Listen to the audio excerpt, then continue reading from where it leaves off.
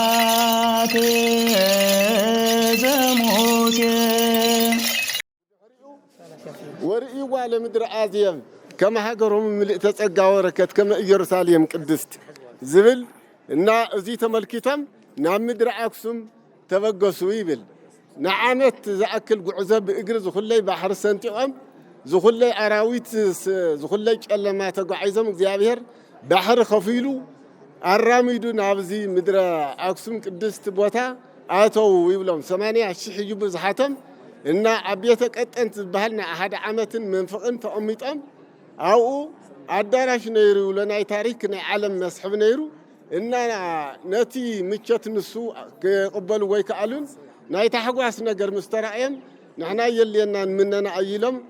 ናብ ምነና ኣተው ናይ ሶሙን ሱባኤ ኣትዮም ናብ እግዚአብሔር ልመና ናብ እመቤታችን ኣማላጅነት ድሕሪኡ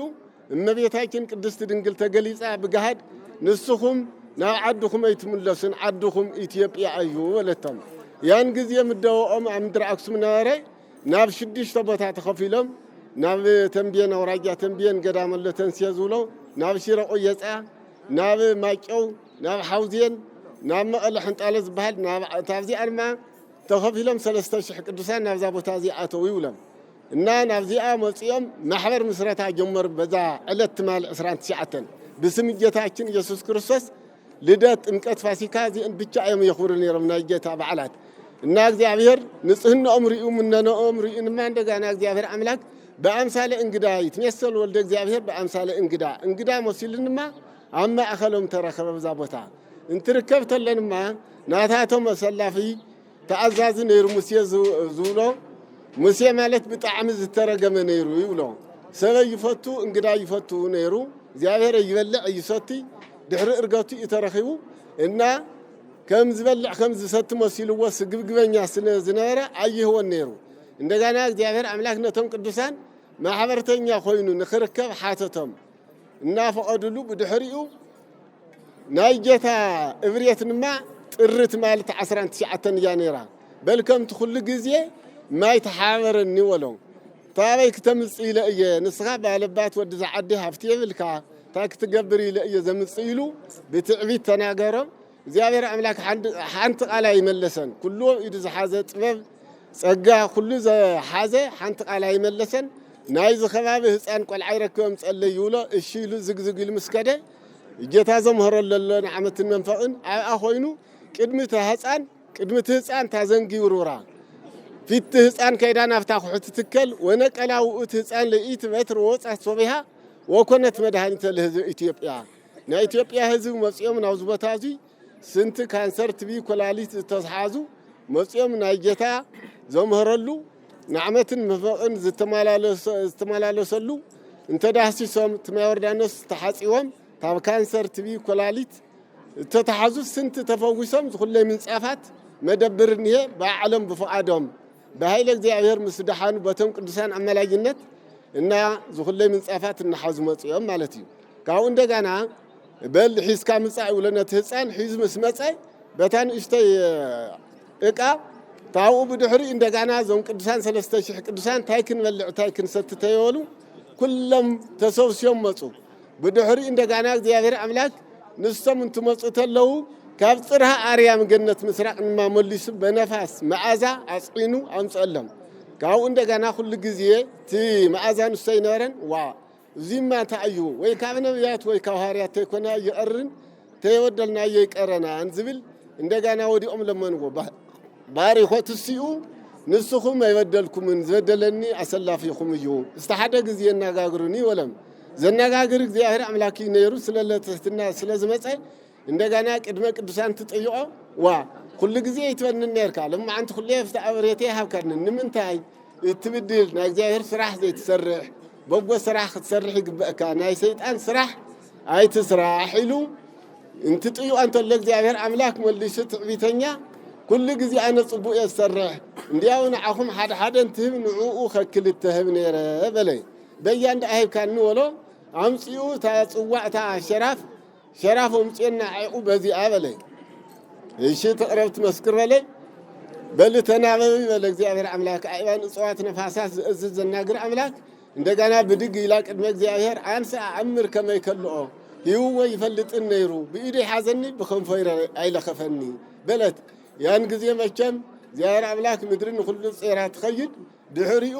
ከም ወፍጨታ መሬት ተሽከርኪራ መስጓሉን ሙሴው ሐጠቶ ከምዳታና ከም አብየሮን ደቂቃው ቆርየ በኦሪት ንሊቀ ነቢያት ሙሴ ተቃውምት ዝነበሩ 250 ሰልፍ እናወጡ ዘስጠመም እግዚአብሔር አምላክ በሁለተኛ ደረጃ ማህበረ ደይጎ በወንጀል በአራተኛ ክፍለ ዘመን ሙሴ አስጠሞ ይብልታው እግዚአብሔር አምላክ ይመሐረና እና ድሕሪኡ አምላክነቱ ሪኦም ተረዲኦም ወዲኦም ለመንጎ ባሪኾት ሲዩ ድሕሪ እንደገና እግዚአብሔር አምላክ መቸም ቅዱሳን ጻድቃን ንጹሃን ልብ ስማሙን ትሪ አይወለ እግዚአብሔር ወይተናገር ገጽ በገጽ እንደገና እግዚአብሔር አምላክ አማኸረም ንስኹም ስዋር ደሕሸኩም ወትሕሸኩም በለም ሰውረና ፈጣሪና በኪነ ጥበብ ከበልዎ አብዛ ዓለት እዚአት ማሊ ሰወሮም ድሕሪኡ ቃል ኪዳን ኩለይ ናብዛ ቦታኹም እዚኣ መጽኡ ዝሰዓመ ታብርሑቕ ይኹን ታብ ቀረባ እስካብ 14 ትውልዲ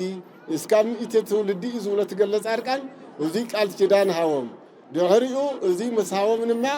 ንሱ እግዚአብሔር አምላክ በመለኮትነቱ ሕያው እግዚአብሔር አምላክ ሰማያት አረገ በይባቤ መላእክት ይብል እና አንደኛ ጌታችን ኢየሱስ ክርስቶስ ዘመረለሎ ካልአይ ምስዋሮሙ ለጻድቃን ሳልሳይ አው ሆይኖፍት ጌታ ዘንጎር ወሩ ዘውጾም ዮርዳኖስ ዱያን ዝፈውስ ታብ እስከ መጨረሻ ዓለማት ዝነብር አሎ ራዓይ ጽዋዕ ዝመስከረትሎ አላ ሓምሻይ ናይ ቅዱሳን መስቀል ምስትጽዋዕ አሎ ሻርሻይ ዝወቅጥሉ ዝነበረ አሎ ሻርሻይ ከም ሒላው ኮይኑ ዝጥቀሙሉ ዝነበሩ አሎ ሻውዓይ ርእሲ ዮሐንስ ናይ ንግሥተ ሳባ ናይ ሮምሃይ ናይ ባዚን ንጉስ ህፃናት ማይ ወቅዑ ደልዮም ዝረኽብዎ አሎ ባዕሉ እንታይ ይሕብረሎ እንግሊሽ ዕብራይስጥ ቋንቋ ዝሓዘ ናይ ነገስታት ቦታ አየ ኢሉ ባዕሊቱ ይሕብር ሻምናይ ቅዱስ ማቴዎስ ሐዋርያ ዝሰበኸሉ መስቀል ቁመት ሰብ ዝኣክለሎም እና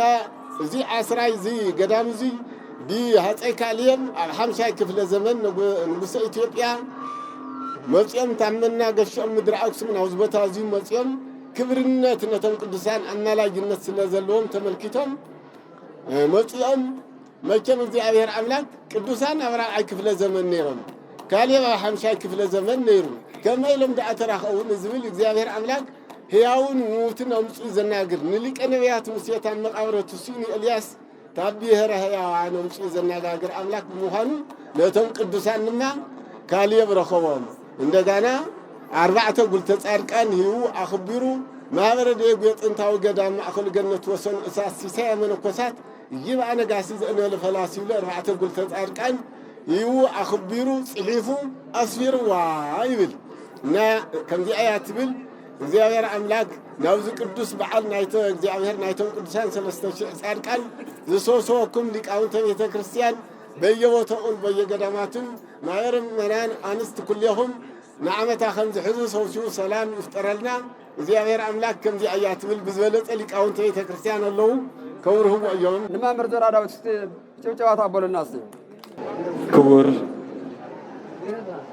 ንውረድ ወደፋ መርሃ ናይ ርእሰ አድባራት ወገዳማት አክሱም ጽዮን ዋና አመሓዳሪ ንውረድ ከምኡውን ናይ ማእኸላይ ዞባ ሃገረ ስብከት ዋና ስራሕ መካየዲ ክቡር መምህር አፈወርቅ ኪዳነ ናይ ወረዳ ናዕዲር ቤተ ክህነት ሊቀ ካህናት ከምኡውን ናይ ወረዳ ናዕዲር ብመንግስታዊ እውን አፈ ጉባኤ መምህር ዳንኤል ሰቋር ናይዚ ዋና አንጋፋ ዝኾነ ናይዚ ጥንታዊ ገዳም ንብዙሕ ዓመታት ዘቁፀረ መምህር ከምኡ ክቡር መጋቤ ካህናት ፍስሓ ናይ ማእኸላይ ዞባ ሃገረ ስብከት ናይ ካህናት አስተዳደር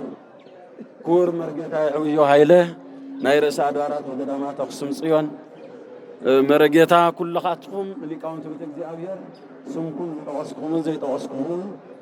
بسم أملاخنا مدحانيتنا ኢየሱስ ክርስቶስ دحنا حضراتكم أي سمعان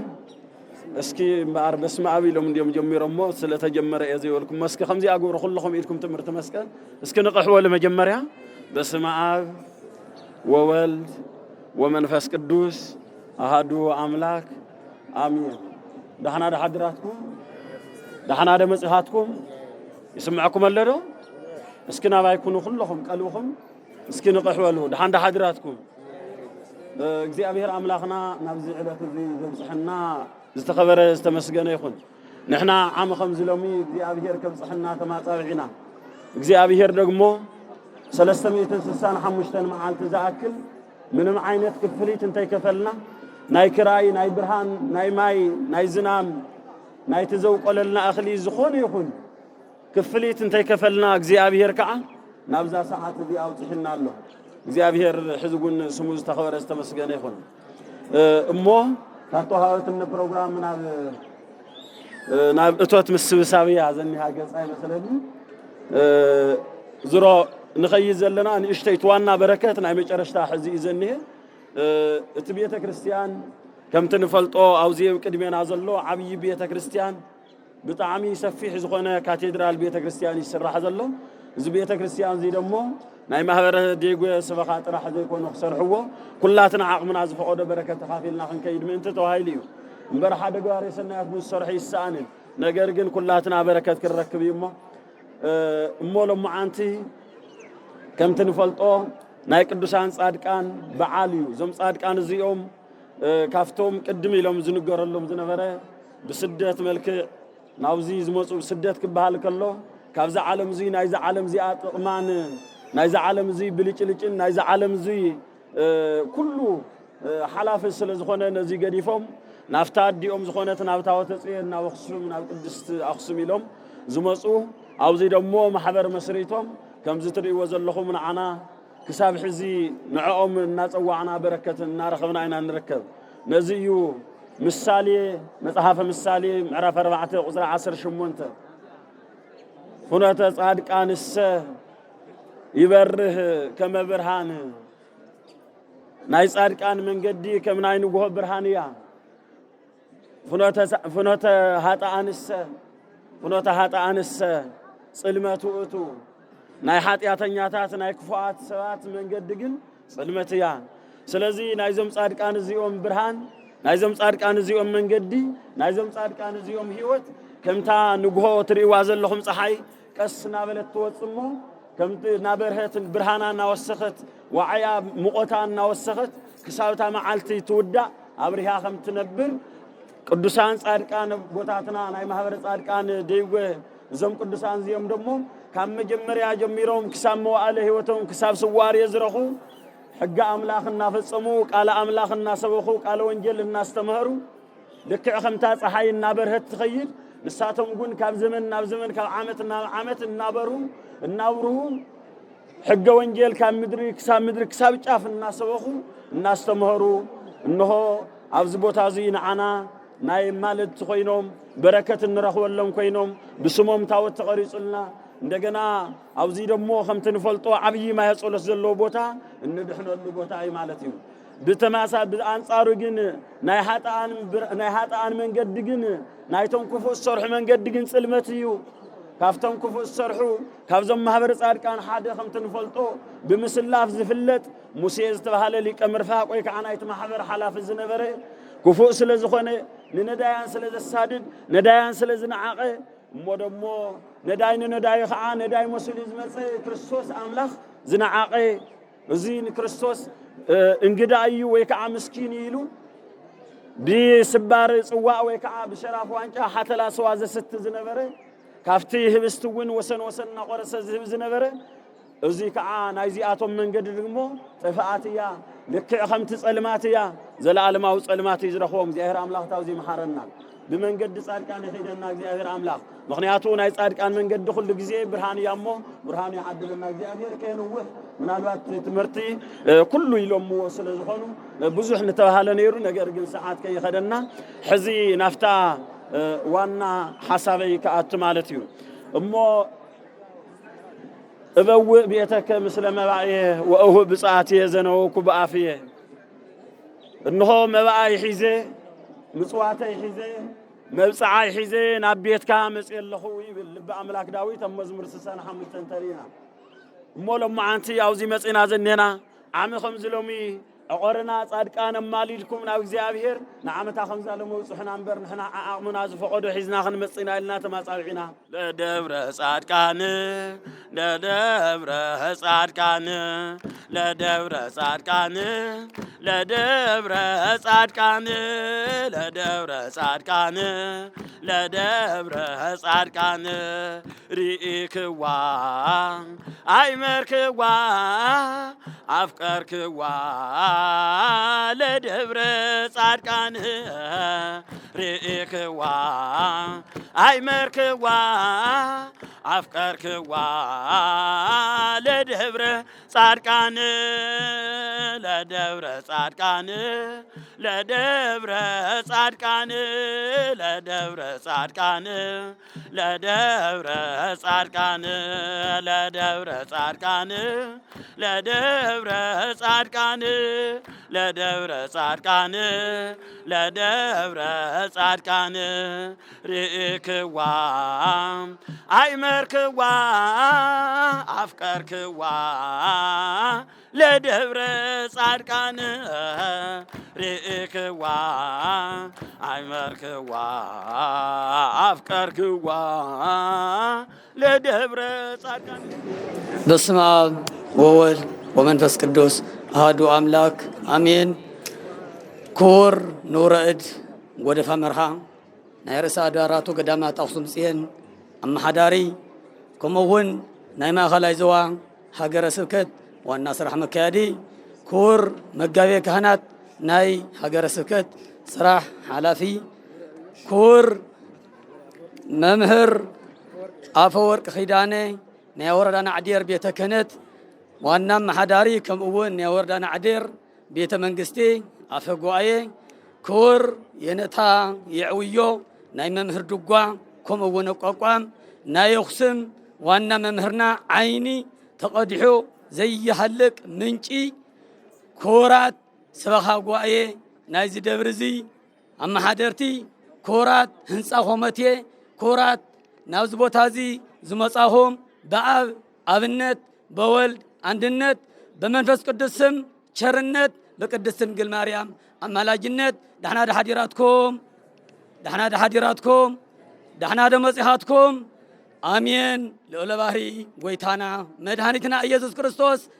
زنجر وزي يرسع زلمن وزي يسسع ويتا عمي كم زيوان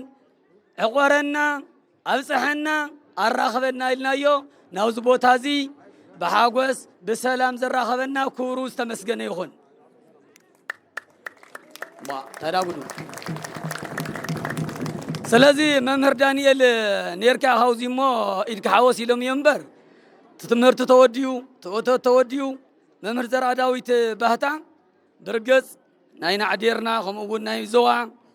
متعاورينا تولنا يمسك حد عليه كونن كم زخماي زي تردهم زنقالات عوامن زقيمهم كله يخليهم ناي ممهر زراد أويت بهتا أستواصو عقمي موياقن بمانم زي من تل مويا أينا لممهر زراد أويت سكمو زلم الالس كاولنا سلازي ممهر زراد أويت زور وحنت حساب يقلص أنا حجون مهبرت أركان ديغو سوخا قواي برقص قرون ممهر نور كور نور حنت حتى حتتيه كور نور نكعب سلام وصلنا جن كرياتان ينا خم ديغوي نحن تفاتو هاي نخ مهرنا ناتهم تخوينون كردونا يدحتت كلتاشن 16 4 رسم 4 عوات أباسات حزم مصيوم كلتاشن 17 حدب أباس حزم مصيوم لو زبن وينهم مصيوم سلازي زينا هنا خفتتنا ما هبرت أركان دي خوون إلى أمن مهنيات تعينا يزيكم زبلن من قدي با أنا بتعمي زحزن مهنيات ديوجو نعدير ذاكر بوتا بس برنامج زي كدالو أسنواري ينكو عيموت زم باباساتنا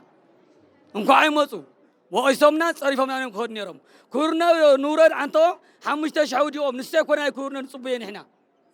ذات رواز لهم درجات يهن عرف الله زخالنا كور نورد عامن مويان بقعتن أو زي ما زور كتلنا نزات رواز لهم عن تحافتهم ويدمو ولاديتهم التحاويرهم زيان كشوفون لنا زخان نستم يومنا مو زلا مرارس كاولنا سلازي من بروجرام سلازي يلا أنا كل التقنية جالسة أنا في بوتاي كملس كل التقنية اللي يخورد ما عرف مالتيو قاليه اسم اكزيون ولبو صراحيه قاليه اسم اكزيون ولبو صراحيه قاليه اسم اكزيون ولبو صراحيه لأግዚአብሔር እሙን አኮቴተ ስብሐት ይደሉ ለእግዚአብሔር እሙን ስባህ የመላእክት ይደሉ ለበዓለ ጻድቃን ክቡር ዘአብጽሐነ በቃሉ ለበዓለ ጻድቃን ክቡር ዘአብጽሐነ በቃሉ ለእግዚአብሔር እሙን አኮቴተ ስብሐት ይደሉ ለበዓለ ጻድቃን ክቡር ዘአብጽሐነ በቃሉ ሊቃውንተ ናዕዴር አይምሩ ሊቃውንተ ትግራይ አይሙኑ ሊቃውንተ አክሱም አይምሩ ሊቃውንተ ዓለም አይምሩ ለንውረድ ነገዱ ሊቃውንተ ዓለም አይምሩ ለንውረድ ነገዱ በምዕራፈ ጻድቃን ናዕዴር ናይከራ ለንውረድ ሙላዱ ሊቃውንተ ናዕዴር ሊቃውንተ ዓለም አይምሩ ለንውረድ ነገዱ በምዕራፈ ጻድቃን ናዕዴር ማይከላ ለንውረድ ሙላዱ يعوي لكنا تذكرني بكله يعوي لكنا تذكرني بكله أنا بساك إنيك إنسان بهايلو أنا بساك إنيك إنسان بهايلو وصلاة الأجزاء يعني لك ورسالة بسم الله وولد ومنفس قدوس أهدو أملاك كور مجا كانت في الصحة نهاجر سكتنا كانت أم حداري كور ممهر أفوركي ناي وردان عدير سرح مكادي كور ملاك مرت قوموس اسكيل نايز علتوزي ناي كوري قاشانا كور مرجتا يعويو ممهر دانيال كلهم ليكاو ليد ممهر دانيال صغار كلهم ليكاو انتو يتكزيابير مؤمنان ومؤمنات دحان حديراتكم دحان دخاتكم آمين እግዚአብሔር ሹም ለዘላለም ዝተመስገነ ይሁን እሞ ብዙሓት ሊቃውንቲ ካብ መጀመርያ ጀሚሩ ብዛዕባ ናይ ዓብይ ገዳም ታሪክ ዝነገሩና ቀጽሉ ኩለይ እንደገና ቃል እግዚአብሔር ዘስምዑና ሊቃውንት በብታራ ኩሎም አጽቢቆም ስለዘስተምሩና አውዚ ዝውስኾ ነገር የብለይን حنتي بممهر إلياس تتطيقت أبوتات بأباسات تاي كوينم يوم زي ما تصو زبل أي تسمعن مالتي برفت جزية قربان تزاري بنيرة يا وحزي أب شجري نازل لنا أو عويس أجمي نازل لنا خم تجري وزي كلاتنا نفلتويو بفلاي بعفار كبابي برايا خبابي ننم على محوات زكاتا تلولو زمننا بصحنا زلنا سلازي منور سلام على علوي بيت كنت أرثوذكس تهدو بيت كريستيان تجراي كاب حد هاجر سبكت ناي كفلو ليك أباسن سرح مكايدن حدا عبي ولادن كل تخانات حد يقولن حدا قشن ألباسات حيزوم أفتز تورنت زكايدو لبوتا خيدوم نخت تعارقو كما قاطامي تا بروجرام لو معنتي سلسته تحزت انا ون كافتم زخدو حد انيره خوينا كن كلهم بوتات ناوس لزخدو قال يسو وكيله امدا صادقان وعال سلازولني بصاونا مقاريوس دايه مصيزني خنبر انا ون مساعتو مفتشم قلنا اي خيدي قبان نيرو نا كلهم باباساتن كاب حد هاجر سبكت حمش تسب طغلا شوعات هاجر سبكت له 30 حمش تنسب باباسات حويسو كلهم ليك انا باباساتن كهناتن استوكلوا بملؤم نتوم دقنان حواتنان غدفو خلو خطعرقو ايوم كيدم زنيوم مو እግዚአብሔር ይመሰለለም እግዚአብሔር ዕርቅን ሰላምን ይወርደልና ስለዚህ ነዝዩ ዘይመጹ ንخبልየ ምክንያቱም ዓሚ ቅድመ ዓም መጽና አይና عامون مسينا هنا لوزن جن تداليم نيرم بيان سلست لكنا باسات كم تداليم نيرم كم تزولكم زلوا خجن دنجت ناي بقدم تمالي والثاني أيو يا تمالي ناو خيدهم بوزي كتحزلنا حزب كريستيان مبر أبوتات أوزي نخمصو نعنا تراي زي كونس نوعلاتهم ون بركات سلازخانة خجلجلو كقدسو خستمهرو مهليت قومو يسلاز دليو بوزي مخنيات اختفلت لنا عندلي كالي زناي صادقان بيت كريستيان حزي عبي بيت كريستيان يسرح له اما نيو ساعات مرصنان غزي ايتمرصن ابز ساعات بشجر يزلو حزبنا اب طميت يزلو استفانقله حزبي بيبوتو اب شجر اب صبابان يزلو تزحلفه 5 عامات بزحات بيت كريستيانات بتزنهره ጦርነት فريسانيين نواي قدساتن تزريفو يو سلازي بفلاي بدغ زلو دياسبورا ايوم نتعد حيزم زلو እንዳለ አኹ ንባዕልና ይኽፈአና እንዳወሉ ኩልሽ ዓመርዳ እዩ ንቤተ ክርስቲያን መርዳ ንተጸገሙ መርዳ እዩ ስለዚ አውዚ ኢና ዝኔና በጸገም ስለዝኔና እማንዩ ንሽተይ ግዜ ኾስደልና ይኽእል እዩ ኩላትና ግን ሓደ ክንፈልጦ ዝግበአና ብእውነት ሰብ ኃይል የውሉን ኃይሊ ናይ እግዚአብሔር እሞ እግዚአብሔር አምላክ ሰላሙ ኽበና ክንጽልይ ክንበኪ ክንልምን ይዝግበአና ናይ ሰላም በዓል ገዛ እግዚአብሔር እዩ ባሙ ኸመይ ተጨኒቅና ዘን ሰሙን እዚኣ ኸመይ ተጨኒቅና ዘንድሮናት ምጽምስ ምስላ ኸመይ ተጨኒቅና ክንደይ ሰብ ከኸይዱ ክንደይ ሰብ ከ25 ቅርሺ እንዳኸፈለ ኸይዱ ስለዚ ኣብ ሰላም እዩ ኩሉ ነገር ጽቡቕ እምበር ጸገም እንተሃልዮ ችግር ኢና ዘለናሞ ቦዚ ተረዲኹም ሕዚ ዝዋጻ ዘሎ ገንዘብ አውዚ እተው ዝበሃል ኣይኮነን ኮይኑ ግን እዚ ቦታ እዚ ዕድለኛ ቦታ እዩ ብዙሓት ዓበይቲ ሰባት ኣለዎ እየን ዓበይቲ ሰባት ኣለዎ እዮም ነዚ ቦታ እዚ ንጻድቃን ክረድኡ ክሕግዙ ዝደልዩ ኣለዎ እዮም ሹም ክገልጽ አንቶ ብዕራይ ግዛዕ ተሓሪዱ ይበሃል ነይሩ ሹመን ክግለጽ ዘይደለያ ይበሃል ነይሩ ወይዘሮ ዘውዱ ሓፍትና ወይዘሮ ዘውዱ ሓፍትና ንዓ ሒዝና ወይዘሮ ዘውዱ ወይዘሮ አዲስ ወይዘሮ ብርሃት ሒዝና ዝቤተ ክርስቲያን እዚ ከውዶ እየን ዝብል እምነት ኣለኒ በይነን ዘይኮና ንሕና እውን ክንሕግዝ ኩላትና እውን ክንተሓባበር ከምቲ ዝብለኩም ዘለኹ ተረዳእን ተሓጋዝን ስለ ዝበዝሐ እዩ እምበር ብዙሓት ዓበይቲ ፈተውቲ ኣለዎ ዝገዳም እዚ ሓደ መጀመርያ ግዜ ብዙሕ ተኣምራት ዝገብር እዩ አውዚ ዘሎ ማያ ጸሎት ካንሰር ወሎ ኤችአይቪ ወሎ እሕዩ ዝሓደረ ማይ ጸሎት እዩ ናውዚ ብሸንሸል ተኣሲሩ ዝመጽእ ዝሓመመ ሰብ ብዙሕ እዩ ተፈቲሖም ሕሽዎም እዮም ዝኸዱ እግዚአብሔር ተመስገን ይኹን እዚ ዝገብር ማይ ጸሎት እዚ ዝገብር ተኣምራት ዘለዎ ቦታ ብዙሕ ውሉድ ስለ ዘለዎ ዞም ውሉዳት እዚኣቶም ክውድእዎ እዮም ክሰርሕዎ እዮም ዛዘንሪያ ዘለና ብራንዳ ኮይ ነበረት ታቤተ ክርስቲያን እዚኣ ነቂዓ ዛቤተ ክርስቲያን እዚኣ ብፀሓይን ብውርጭን ትሽገር ስለ ዝነበረት ሓንቲ ሓፍትና እያ ሓቢረላ እሱ ስርሒ ኢለያ ሰሚዓትኒ ልዕሊ 1 ሚልዮን ሂባ እዚ ዝመስል ኣውደ ምህረት ብራንዳ ሰሪሓ ዓቂሉ እኒሄ ማለት እዩ ስለዚ ከምዚአን ዝመሰላ ብዙሓት ኣሕዋትን ወገናትን ስለ ዘለዋና ክስራሓዩ ግን ድማ ቤተ ክርስቲያን ይኹን ፋብሪካ ይኹን ዝኾነ ይኹን ትካል ይኹን ሰላም እንተሃሊ እዩ እሞ ሰላም ናይ ሰላም በዓል ገዛ ዝኾነ እግዚአብሔር አምላክ ሰላሙ ኽበና ክንልምንን ክንበክይን ክንጽልይን ይዝግበአና ከም ርእሰ ኣድባራት ወገዳማት ኣኽሱም ጽዮን ድሕሪ ነነዌ መርዓ ኣይፍቀድን ኮይኑ ግን ሕዚ ኣብ መርዓይና ዝኔና ትማሊ ነነዌ ውጾም ነርና ሕዚ ከዓ ናብ ክስተያትና ኣለና ናብ ጭፈራ ከመይ ጌርና እያ ንጭፍር ሰብ ሞይቱ ተተዋሂዝ ተላሚድናዮ ማለት ድዩ ክንሓዝን ክንበኪ እኮ እዩ ዝግበአና መዓት ሰብ እኮ እዩ ዝረግፍ ዘሎ ቦቲ በለ ሰብ ይረግፍ እዩ ዘሎ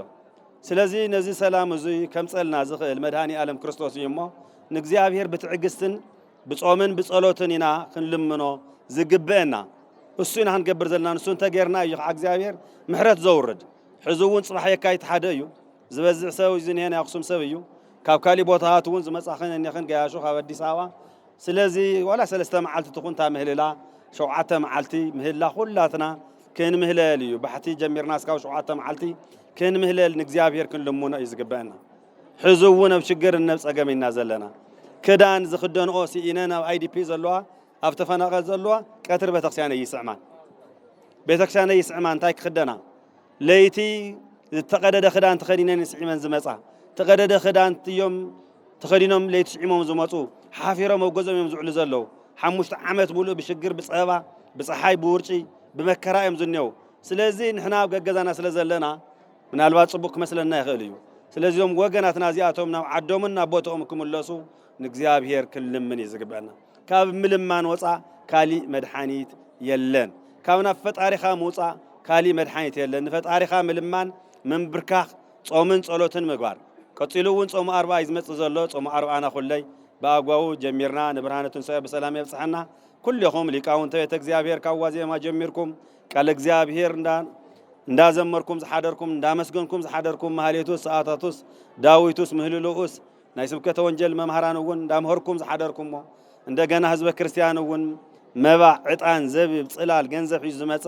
ከም ትቅድም ሓውና ዝነገሩና ናብዚ ቦታ እዚ ኩሉ ነገር ሒዙ ዝመጸ እስካብ 14 ትውልዱ ተማሂሩሉ እዩ እግዚአብሔር አምላክ ንቅዱሳን ጻድቃን ዝሃቦም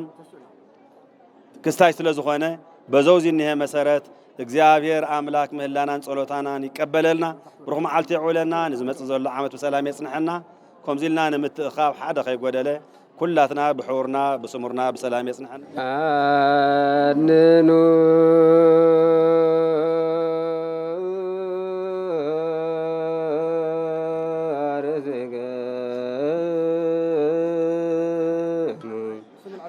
ቅድመ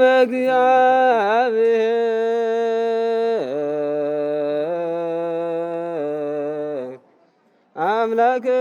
አምላክነ በደገብሩ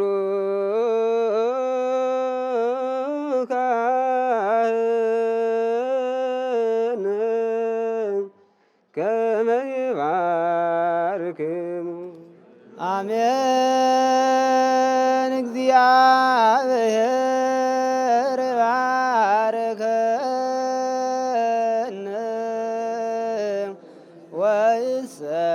ወይስሐለነ እግዚኦ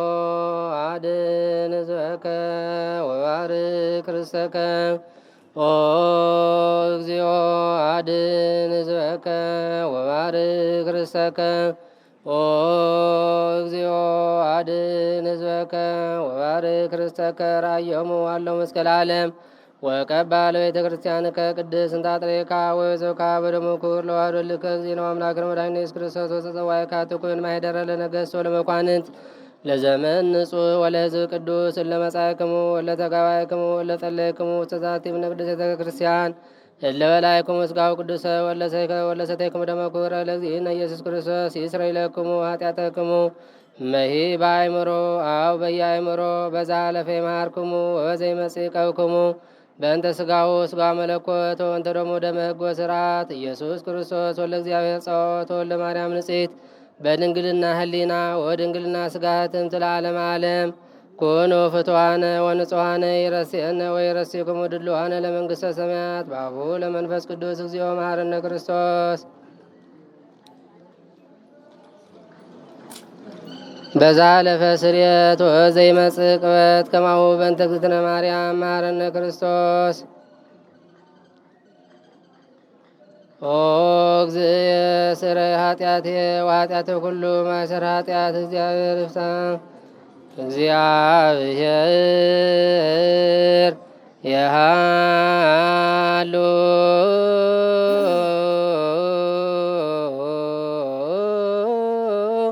ምስለ ኩልክሙ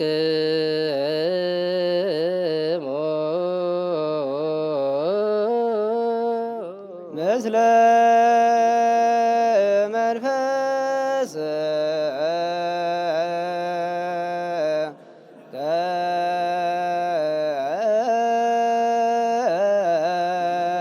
አሜን። እግዚአብሔር ይባርከን ለአገርቲው በሰላም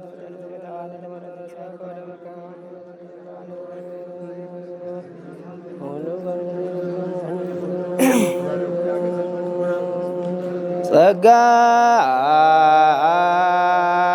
አነሳይነ ወሕይወተ በኃይለ መስቀሉ ለኢየሱስ ክርስቶስ ችያከ እግዚኦ ነአኩት ነስያነ ጸጋ ዘመንፈስ ቅዱስ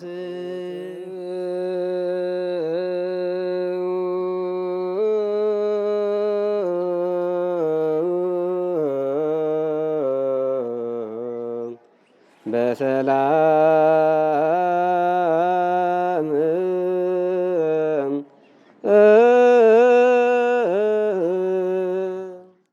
ጽላ